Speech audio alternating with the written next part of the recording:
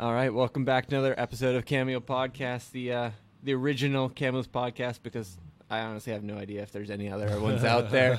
I think it's the first time I'm going to record a podcast actually in a business. I'm at 808 and Bench. Sitting across from me is Landon, one of the proprietors of 808 and Bench, which is it's your street store. Is that the best way to describe it?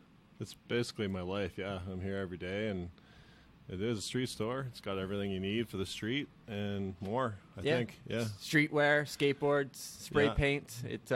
You opened up in what, 2015, I think you opened? Yeah, late 2015. Started off with spray cans and my clothing company, Keep Six Apparel, and custom clothing, and that was basically it, custom stickers. Yeah, it was a slow start, but it's been picking up, so... I mean, the reason why I picked up with spray cans and Kamloops is because there's a huge history here since the 90s. So I've been following that for quite amount of years. So the history you're talking about, graffiti artists, is it from the trains or is it walls? Because I know you're working on getting a legal wall with the city right now. Yeah, there's a huge history with graffiti crews in Kamloops that a lot of people aren't aware of, but. I would say that this is definitely a heritage spot in Canada for graffiti in the 90s. A lot of crews like BSM and CME and NWK, and a lot of crews that are still around originated from here in the 90s and the late 2000s.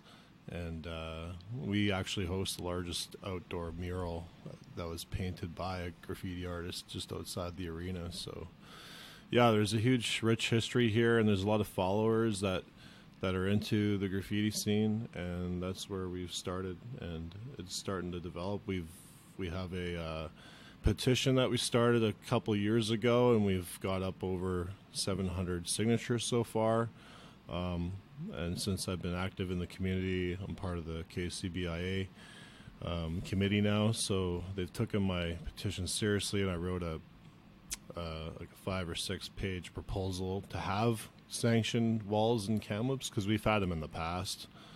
For reasons unknown, it went down. I don't know why. I wasn't here at the time, but on a positive note, the Art Council has motioned to move it forward to the city, so we're hoping that the city also agrees with the city, with the Art Council and my proposal, and moves forward with it. So yeah, I grew up not here, but outside of Toronto by about an hour, and it was always a big draw to go to the graffiti alley and see what's new, what's been put up, and it's always interesting with that. There's always those backstories of history and such. For sure. With you saying that there's Kamloops is kind of almost a heritage spot. Is there anyone who's really documenting what's gone on the past couple of decades in this thing, or is it still kind of word of mouth because it is such a grassroots? Yeah, I would say a lot of the history here is underground. Kamloops has had a couple graffiti shops in the past, underground graffiti shops. I mean, it was predominantly pretty busy in the city in the early 2000s. You would see a lot of graffiti around town, and the city actually embraced it for one point. And I believe the RCMP started getting a little upset because of the fact that artists were using the legal wall to have, the reasoning behind having cans in their backpacks, and they got arrested for vandalism.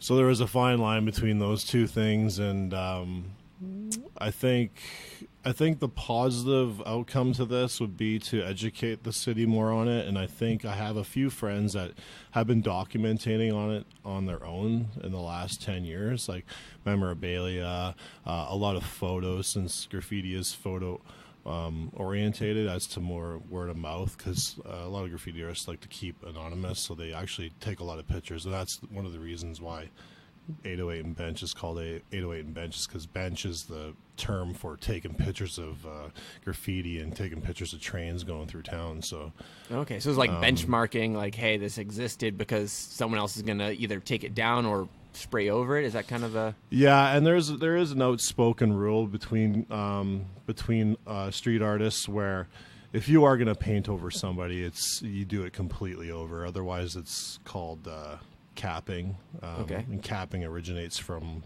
the bomber Cap in New York City, where he was one of the first to actually pioneer capping over people, and he did it purposely on trains, and he was the one that actually invented bombing. So bombing's completely different, but it's a different aspect of graffiti and street art, whereas murals, we're trying to move forward towards educating the city on all the terminology of the history of graffiti and street art, and start having classes at the sanctioned walls, if they give us sanctioned walls, have like knowledgeable based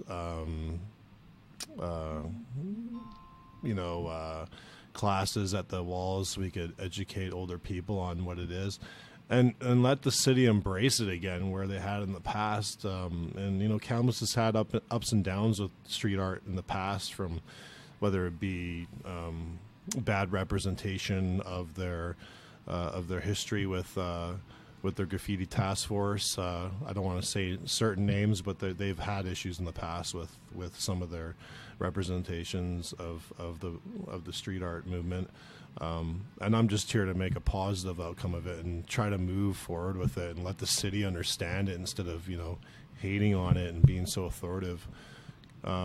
You move forward on something like this as opposed to avoiding it. It's like anything else. The city has issues with drugs. They have site programs. It's pretty much the same thing. If you give a person a place to paint, you're not going to have it spread all over the place. And because we have a lot of writers that come here and buy paint, I could be a voice for them, and I could tell them what they need to do in order to have a good relationship with the city, and vice versa. So you need to grab that. Landon might have to. Good. Yeah, Good. Just let the. All right, yeah. If they're hearing out there on the podcast, I'll get back to you. And I was reading the paper. Right, there's that new festival popping up, the Subculture Festival. They're gonna have a graffiti live show with Art Battle Kamloops. Are you involved in that, or is that? Yeah, we are involved in the production aspect and the actual sponsoring of the event. We'll be sponsoring the spray paint and as well as the artists. Should be pretty good.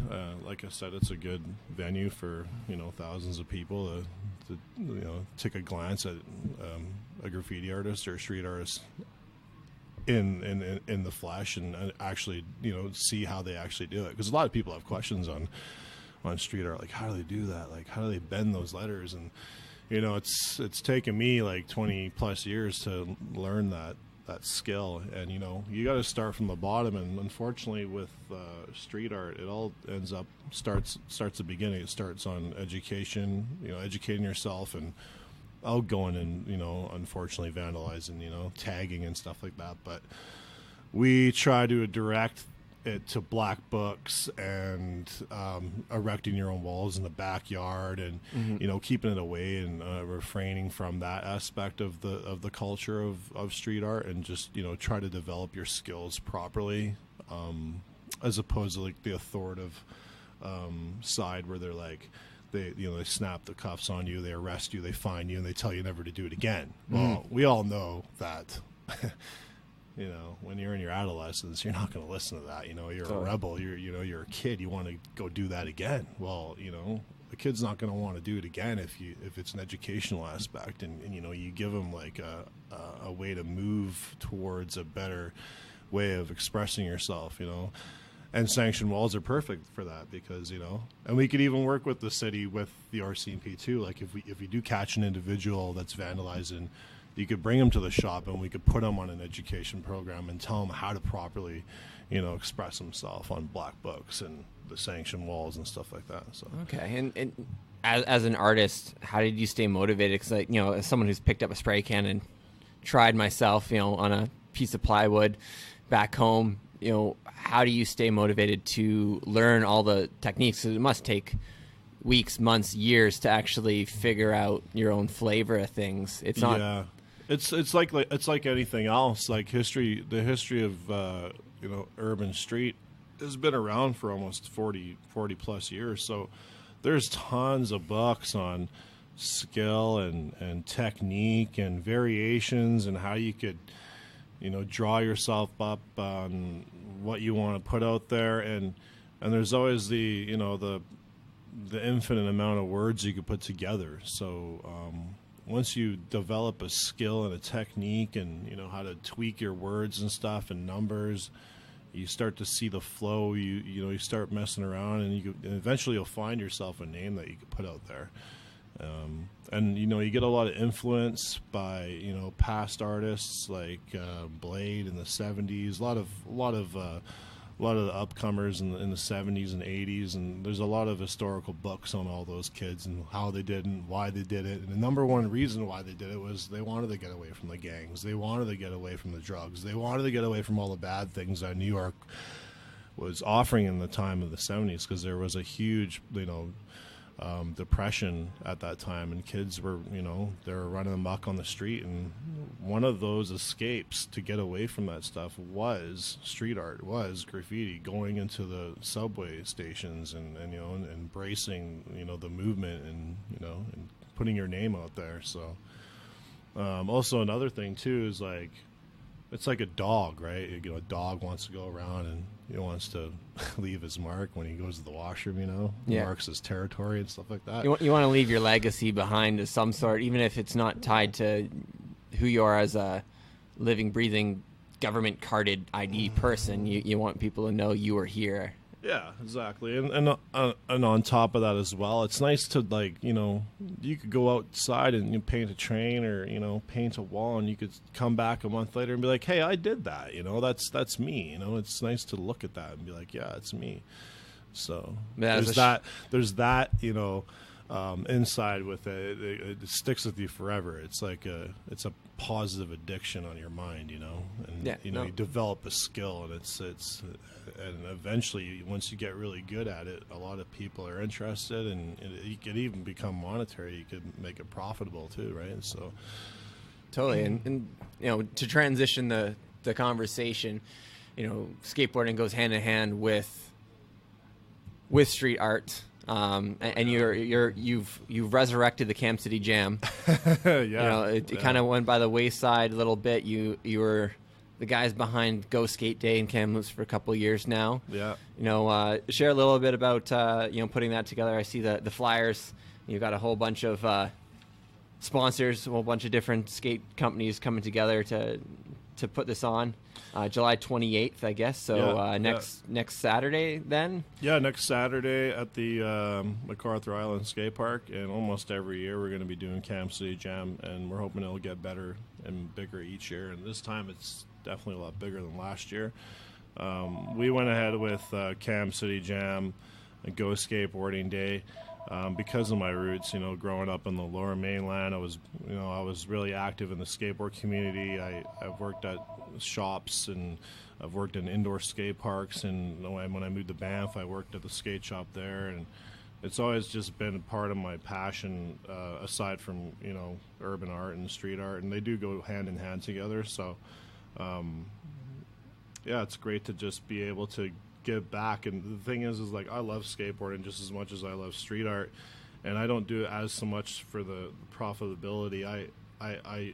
I breathe and eat skateboarding on the daily, so to give back to the community of what they provide me, it goes hand in hand. They support the shop with skateboards. I'll support them in return with a good contest, and supporting Go Skateboarding Day, and coming up with events, and properly trying to bring back demos and professional skateboarders back to the community.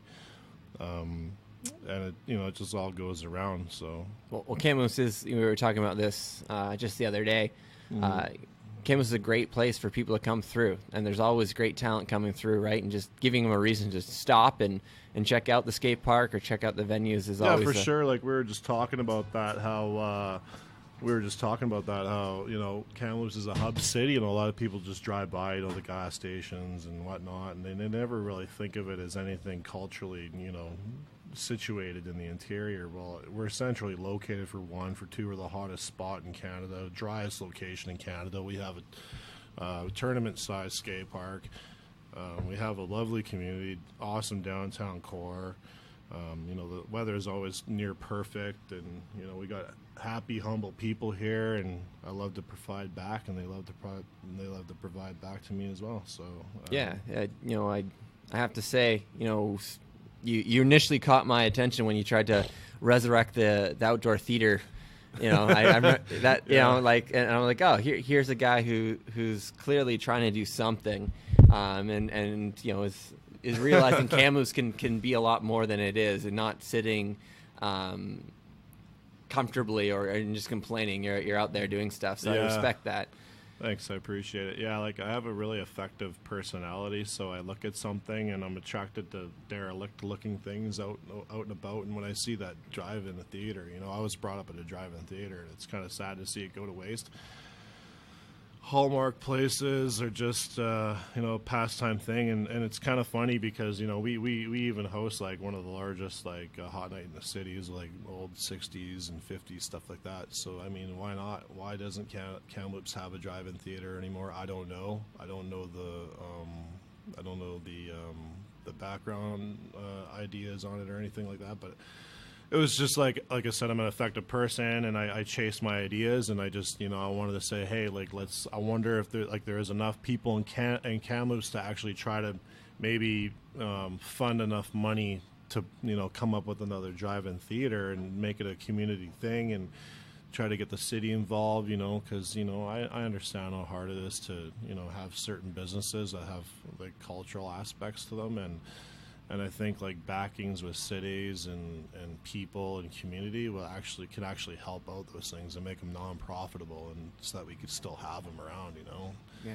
That was my idea on that, and I just I still have a passion for it, but I mean, I got so many things on my plate. You're on something new. Yeah. I'm the same way. You start one project, you get like 65% done, and you're on to the next one, right? Like, I'm hoping there's someone out there that, you know, picks up my idea and continues on with it, because you know, there's a lot of things you could do with drive-in theaters, like pop-in drive-in theaters. You can rent out the Save on Foods parking lot or the Walmart parking lot and get a pop-up theater going every twice a week or whatever. Yeah, we're seeing more of it happening around town. Different businesses putting them on, and you know, I think it's a fun thing. So to go back to you coming from the Lower Mainland, what drew you to Kamloops? How'd you end up here? When I left the Lower Mainland, I was in a time where I kind of felt stuck. I'm from Abbotsford, so it's kind of in between the city and the countryside, and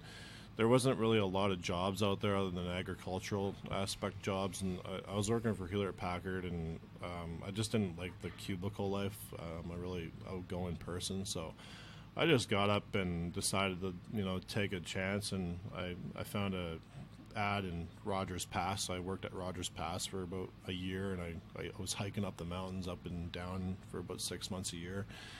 And then I just decided to keep going east, and I landed in Banff, and I was in Banff for about 5 years. And then when I moved back to Vancouver, I was building snowboards for option, and they went under, and they started they started producing skis, and I just wasn't interested in the whole ski aspect of option snowboards, selling skis, so I just moved away, and I realized I didn't want to go back to Abbotsford, and I was thinking, where can I go that's like in between my two lifestyles, like living in Banff, living in the mountains, and living in Vancouver, and I thought, you know, and on top of that, I like graffiti and I like skateboarding, and Kamloops had 2 awesome skate parks and that history with urban art. So two skate parks. Where's the second skate park? The second one is actually the first one that was built, and that one's on River Street or River Road, I think. Is that what it's called? River Road? Out towards Pioneer Park, the little just flatland past one? Pioneer Park there by the dog park. Right by the river.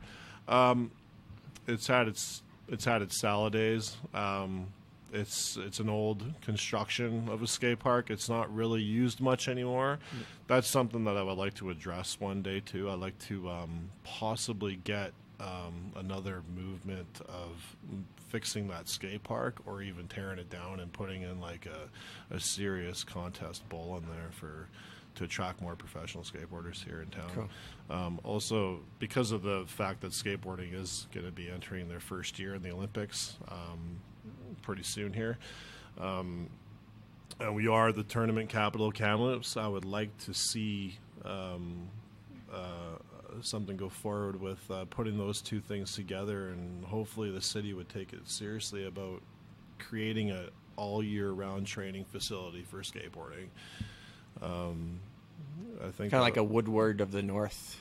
Yeah, for sure. Like an indoor, we want to work on indoors, but I've worked in indoors on the past, and they never stay open. And the reason why is because skateboarders, they just don't support them in the summer because they'd rather just go skate in the summer. But that being said, Kamloops gets pretty hot in the summer, and we all know that we usually wait. We either go skateboarding early in the morning or late in the afternoon when it's not as hot. Whereas like during the peak summertime, people don't really like to snow or skateboard around noon, 1 o'clock in the afternoon. It's just too hot. Yeah, it's unbearable. So I think an indoor skate park in Kamloops that's city funded and government funded and non-profitable way would stay actually open. Yeah, my hometown had. Well, they have a skate park in one area.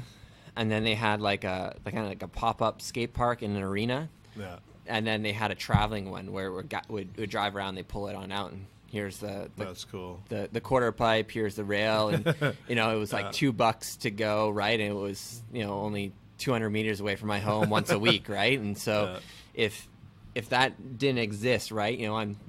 I was in grade 4, grade 5 when I was skating, right? Like if they didn't come to my local little high school parking lot, there's no way I was going to get across town to go to the skate park, right? So I feel for all the kids up in Aberdeen and Sahali who are skating but can't make it over to Mac Island. They just can't. And Kamloops has a lot. I like to call them boroughs because Kamloops is really separated, and we have a lot of neighborhoods. We got quite a few neighborhoods, and I mean, I come from Abbotsford where there's maybe 5 or 6 neighborhoods, but we have like over 30 neighborhoods in Kamloops. It's really sprawled out, and I could see it being really difficult for a lot of people, traveling around to even get to A and B. Like, I got friends that live in Dallas. I live up in the mountains in Batch, and that takes like 20 minutes just to get there. So it's like 30 kilometers there, 30 kilometers back. That's like like driving from Abbotsford to Vancouver. So it's high school kids who are really taking up skateboarding again. It seems like there's like a resurgence of skateboarders, as far as I'm aware. Maybe I was just out of the culture for too long, but it seems to be on the upswing. I think it's just a good way to transport yourself too. Like when I was a kid, we didn't have anything. All we had was Thrasher magazines, and I don't think I would have been gone into skateboarding if I wasn't for